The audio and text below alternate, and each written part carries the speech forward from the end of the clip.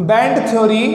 Band theory क्या करती है कि कंडक्टर, इंसुलेटर, सेमीकंडक्टर को डिफाइन करती है। दरअसल क्या है, बैंड थ्योरी ये एक सॉलिड स्टेट का चैप्टर का एक पार्ट है और बहुत इंपॉर्टेंट थ्योरी है।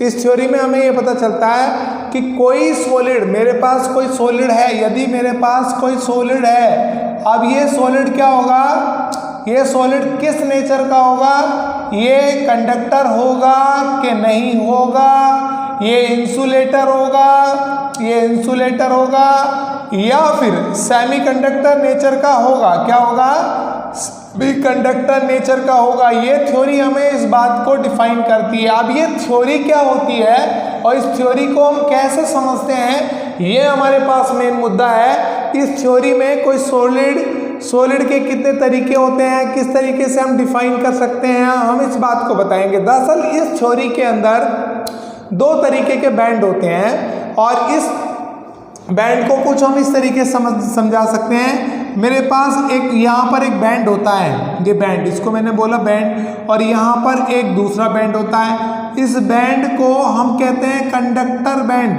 कंडक्शन बैंड भी बोल सकते हैं, कंडक्शन बैंड। और ये वाला जो बैंड होता है अपने पास, इस वाले बैंड को आप बोलते हैं यहाँ पर वैलेंस बैंड। क्या बोलते हैं, वैलेंस। वैलेंस बैंड में इलेक्ट्रॉन भरे होते हैं, यहाँ पर इलेक्ट्रॉन फिल होते हैं, ऐसे करके इलेक्ट्रॉन आपने यहाँ पर ऐसे फिल कर लिए हैं। अब क्या होता है, जब इसे हल्की सी एनर्जी मिलती है, जब भी इसे हल्की सी एनर्जी मिलती है तो इलेक्ट्रॉन यहाँ से जंप करके वैलेंस बैंड में से जंप करके ये कंडक्शन बैंड में आ जाया करता है। अब क्वेश्चन, ये जो हमारे पास गैप है यहाँ पर, ये गैप, इस गैप को हम बोलते हैं फॉरबिडन जोन। क्या बोलते हैं, फॉरबिडन जोन।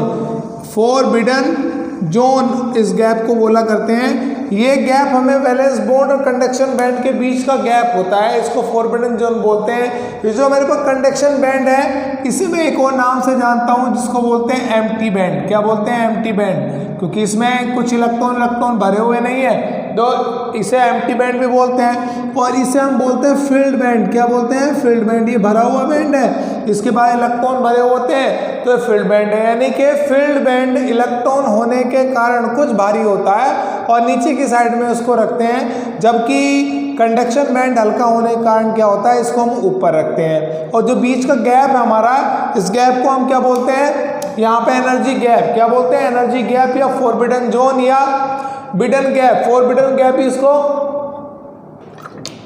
हम बोलते हैं। इसी कॉन्सेप्ट के आधार पर हम सॉलिड को 3 पार्ट में डिवाइड कर सकते हैं। फर्स्ट पार्ट हमारे पास होता है क्या, कंडक्टर, वही इसमें करंट पास होगा कि नहीं होगा। सेकंड इंसुलेटर, और थर्ड हमारे पास सेमीकंडक्टर। यानी कि इस वैलेंस बैंड और कंडक्शन बैंड के बिहाफ पर हम सॉलिड को कितने पार्ट में डिवाइड कर सकते हैं, 3 पार्ट में डिवाइड कर सकते हैं। फर्स्ट हमारे पास क्या होता है, कंडक्टर, सेकंड इंसुलेटर, और थर्ड हमारे पास क्या होता है, थर्ड हमारे पास होता है सेमीकंडक्टर।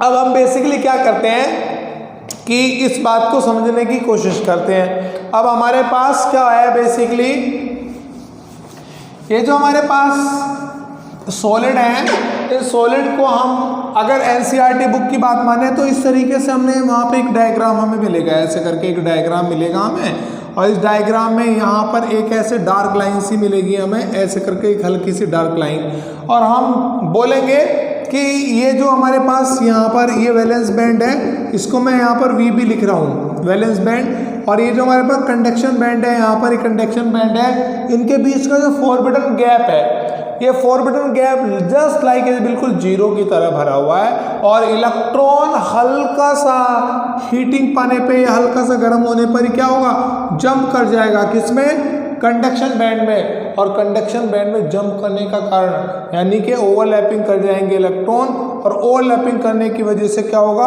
हम कह सकते हैं आसानी से ये कंडक्टर होगा। क्या होगा, ये कंडक्टर होगा। दूसरी बात, अगर ये कंडक्शन बैंड और वैलेंस बैंड के बीच, कंडक्शन बैंड और वैलेंस बैंड के बीच, ये मैंने बोला वैलेंस बैंड Vb, और ये बोला मैंने कंडक्शन बैंड, यहाँ पे इनके बीच का ये फॉरबिडन जोन जो गैप है, जिसे मैं एनर्जी गैप बोल रहा हूँ, ये गैप यदि ज़्यादा है, ये गैप क्या है, ज़्यादा है, तो क्या होगा, यहाँ पर वैलेंस बैंड में तो इलेक्ट्रॉन भरा हुआ है, अब इलेक्ट्रॉन आसानी से क्या जंप नहीं कर पाएगा, जंप नहीं कर पाएगा, अगर जंप करेगा भी तो वहाँ तक उतनी एनर्जी उसको नहीं मिल पाएगी कि इलेक्ट्रॉन यहाँ पर आसानी से, इस जगह आसानी से इलेक्ट्रॉन पहुंच जाए। तो इसका मतलब कंडक्शन बैंड और फॉरबिडन जो गैप है, ये फॉरबिडन गैप ज़्यादा होता है, कंडक्शन बैंड और वैलेंस बैंड के बीच का जो गैप, जिसे मैं बोल रहा हूँ फॉरबिडन जोन, ये फॉरबिडन जोन बहुत ज़्यादा होता है।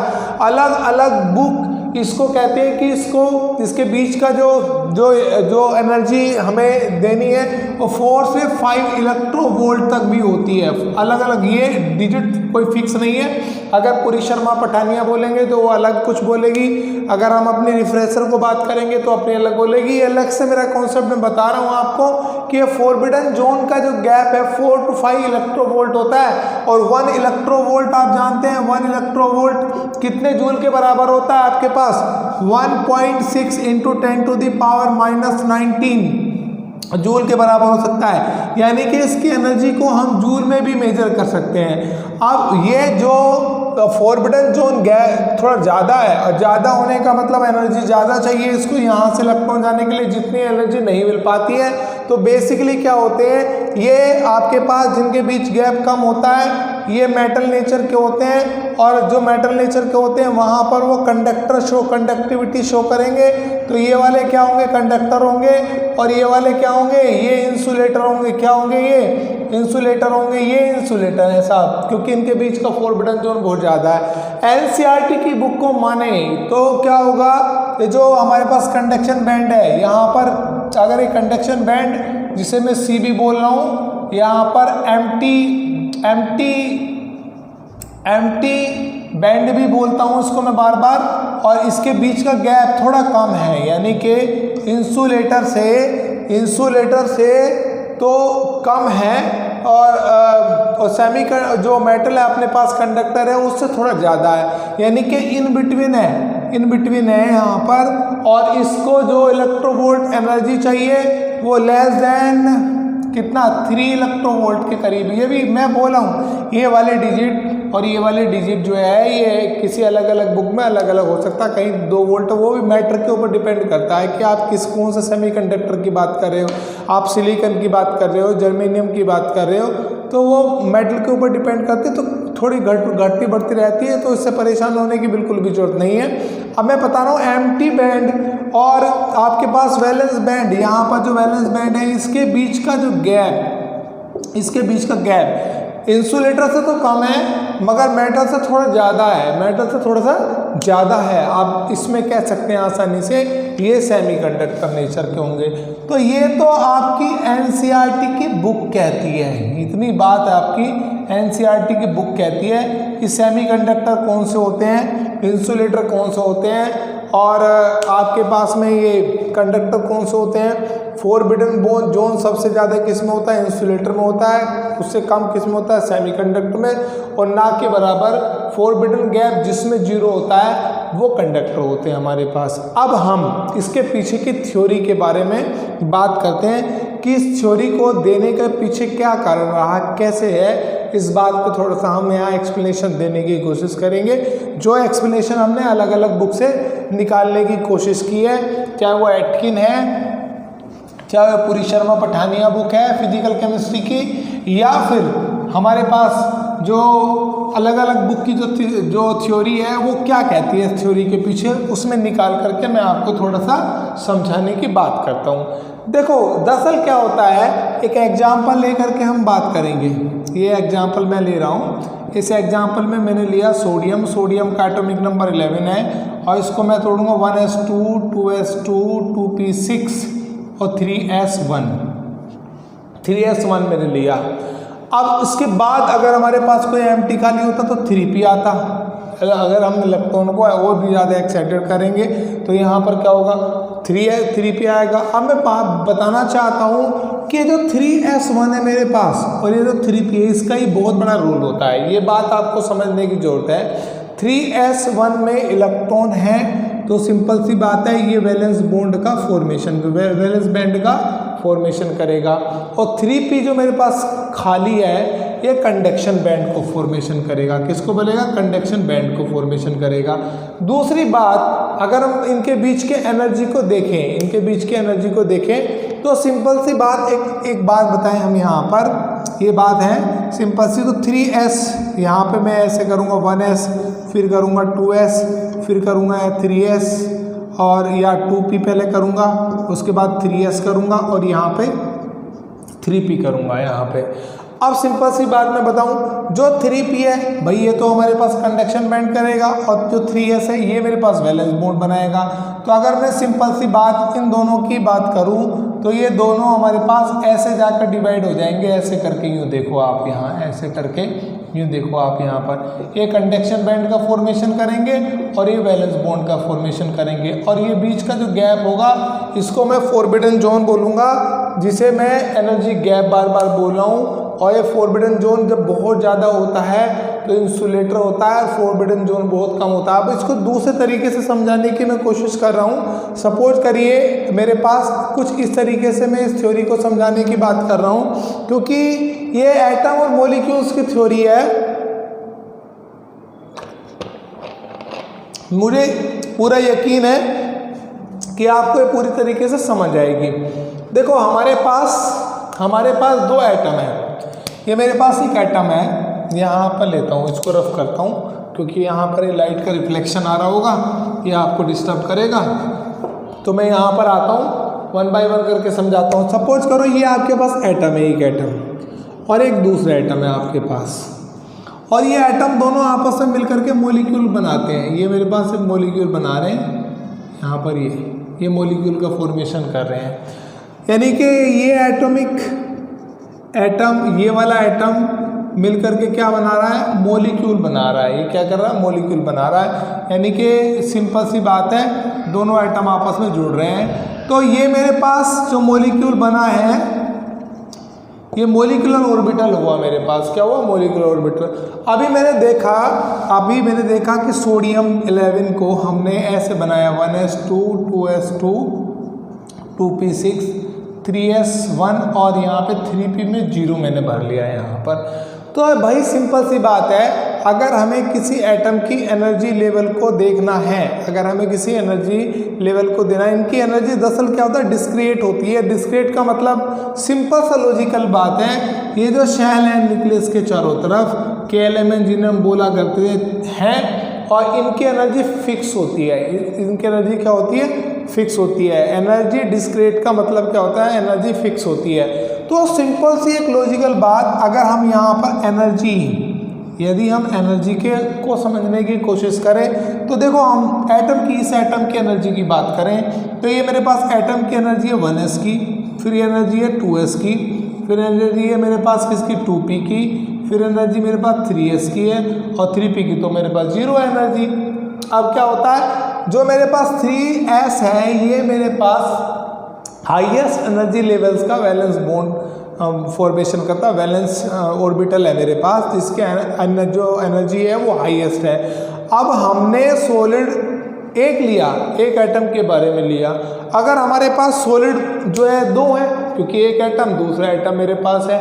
अब ये दोनों एटम मिलकर के क्या फॉर्मेशन कर रहे हैं? मॉलिक्यूल का। किसका फॉर्मेशन कर रहे हैं? मॉलिक्यूल का फॉर्मेशन कर रहे हैं। तो सिंपल सी बात भैया, एनर्जी यहाँ पर अगर मॉलिक्यूलर ऑर्बिटल का फॉर्मेशन हुआ 2 एटम का जुड़ने पे, तो हम देखते हैं बॉन्डिंग एंटी बॉन्डिंग 2 ऑर्बिटल हम शो करते हैं। तो यहाँ पर एनर्जी मेरे पास हुई 1s और यहाँ पर मैं एक एनर्जी 1s स्टार में दिखा रहा हूँ। तो ये मेरे पास 1s यहाँ से 1s यहाँ से, तो भी तो मॉलिक्यूल की एनर्जी वही 1s मुझे एक इलेक्ट्रॉन 1s से मिलेगा, दूसरा इलेक्ट्रॉन दूसरे 1s से मिलेगा, फिर तीसरा इलेक्ट्रॉन, फिर आधे बॉन्डिंग में जाएंगे, आधे एंटी बॉन्डिंग में जाएंगे। तो अगर मैं एमओस को शो कर रहा हूँ, मॉलिक्यूलर ऑर्बिटल को मैं शो कर रहा हूँ, क्योंकि मैं मान चुका हूँ कि 2 एटम आपस में जुड़ रहे हैं, तो मेरे पास क्या हो, इस तरीके से मैं शो करूँगा। ठीक, मैं ऐसे 2s को मैंने शो किया और इसके साथ साथ ही मैंने ऐसे करके 2s स्टार को मैंने शो किया, फिर ऐसे मैंने 2p को यहाँ पे शो किया और 2p को फिर 2p स्टार को मैंने ऐसे शो किया, ऐसे 2p स्टार को। ऐसे ही फिर मैं आगे जा रहा हूँ 3s में, और 3s फिर ऐसे करके मैं कर रहा हूँ, यहाँ पे 3s स्टार को मैं शो कर रहा हूँ ऐसे करके। तो कहने का मतलब मेरे पास है कि अगर मैंने दो एटम को आपस में ज्वाइंट किया है, दो एटम को मॉलिक्यूल का फॉर्मेशन किया है, तो आधे इलेक्ट्रॉन बॉन्डिंग में, आधे इलेक्ट्रॉन एंटी बॉन्डिंग में गए हैं। पर यदि मेरे पास एटम Na के एटम, मेरे पास ये Na का एटम है, फिर दूसरा Na का, क्योंकि मैटर की बात कर रहे हैं, बहुत सारे एटम है तो मेरे पास, तो सिंपल सी बात है बहुत सारे एटम आपस में जुड़ जाएंगे। तो ये जो लाइन है मेरे पास ऐसे करके लाइन पे लाइन, लाइन पे लाइन ऐसे मिल जाएंगी। यहाँ पे मुझे लाइन पे लाइन इस तरीके से मिल जाएंगी, यहाँ पे मुझे ऐसे मिल जाएंगी। कहने का मतलब सिंपल है, जो एमओज होते हैं, जो एटॉमिक ऑर्बिटल होते हैं, वो कंबाइन होकर के क्या बनाते हैं मेरे पास, कंबाइन होकर के वो बना रहे हैं एमओ। एटम आपस में कंबाइन होकर क्या बना रहे हैं, एमओ बना रहे हैं। अब हम सिंपल सी एक लॉजिकल बात को देखें कि जब इलेक्ट्रॉन जो हमारे पास कंडक्शन बैंड और वैलेंस बैंड दोनों आपस में ओवरलैपिंग करेंगे।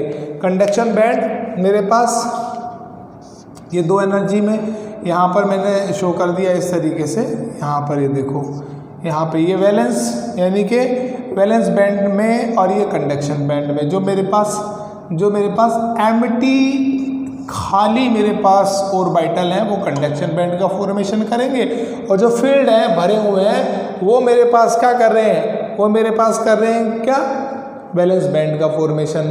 तो सिंपल सी बात, एम्प्टी बैंड को जो मैंने बोला वो हल्का होने के कारण मैंने उसको ऊपर रखा है, और जो वैलेंस बॉन्ड है वो भारी होने की वजह से इलेक्ट्रॉन तो फिल है तो उसको मैंने नीचे रखा हुआ है मैंने। जब इलेक्ट्रॉन वैलेंस बैंड से कंडक्शन बैंड में जाने लगते हैं तो सिंपल सी बात है, आसानी से करंट फ्लो होने लगता है। क्या होता है, करंट फ्लो होने लगता है, और करंट फ्लो जब होने लगेगा तो कंडक्शन होने लगेगा और वो कंडक्टर हो जाएंगे जिनमें आसानी से इलेक्ट्रॉन फ्लो करते हैं। तो ये जो मैंने एंटी बॉन्डिंग और बॉन्डिंग की जो लाइन खींची है, इसमें जो एम्प्टी ऑर्बिटल हैं वो कंडक्शन बॉन्ड का फॉर्मेशन करते हैं, जो फील्ड ऑर्बिटल है वो वैलेंस बॉन्ड का फॉर्मेशन करते हैं। अब लॉजिकल बात अगर हम देखें यहाँ पर, इसको भी मैं रफ कर रहा हूँ, अब तक मैंने जितनी भी बात बताई है वो सारी बात का कंक्लूजन ये निकलता है कि मेरे पास जो सॉलिड होता है उस सॉलिड को मैं यहाँ पर 3 पार्ट में डिवाइड करता हूँ। पहला पार्ट मेरा वो जिसमें फॉरबिडन गैप जो होता है, फॉरबिडन गैप जिसे कहते हैं, ऐसे कहते हैं फॉरबिडन गैप जिसे कहते हैं, ये फॉरबिडन गैप ना के बराबर होता है, जस्ट 0 होता है। उसमें करंट आसानी से ओवरलैपिंग वैलेंस बॉन्ड के इलेक्ट्रॉन कंडक्शन बैंड में आसानी से जा पाएंगे और वो आसानी से कह सकते हैं कंडक्टिविटी शो करेगा। दूसरी बात, बहुत ज़्यादा गैप होने की वजह से, अब कई बुक इसको 3 से 5 मानती हैं, कई बुक 4 से 7 इलेक्ट्रोवोल्ट मानती हैं इसको। अगर इनके बीच का गैप, कंडक्शन बैंड और इनके बीच का जो फॉरबिडन गैप है, यहाँ पर ये वाला गैप, इसमें तो जस्ट 0 होगा और या ना भी हो सकता है, और यहाँ पर ये जो गैप होता है, अगर इसको पार करने के लिए 4 से 7 इलेक्ट्रोवोल्ट की एनर्जी हमें देनी पड़ रही है, उतना तक हमें लग रहा है, तो सिंपल सी बात है वो इंसुलेटर है। और अगर 2 से 3 इलेक्ट्रोवोल्ट का फॉरबिडन गैप है, जोन है, तो सिंपल सी बात कह सकते हैं ये हमारे पास सेमीकंडक्टर कैटेगरी का होता है। एक बात और बात करके बताना चाहता हूँ कि कई बार 2 से 3 बुक में अलग अलग क्यों कह रही हैं, क्योंकि ये डिपेंड करता है कि हम मटेरियल कौन सा ले रहे हैं और किसकी कंडक्टिविटी रेंज कितनी है। दूसरी बात, ये भी क्वेश्चन देखने को मिलता है कि क्या टेम्परेचर बढ़ाने का कंडक्टिविटी पे असर इन कंडक्टर में आता है। बिल्कुल, कंडक्टिविटी का टेम्परेचर से सीधा इफेक्ट बढ़ता है कि टेम्परेचर बढ़ाने पर रेजिस्टेंस R बढ़ जाता है।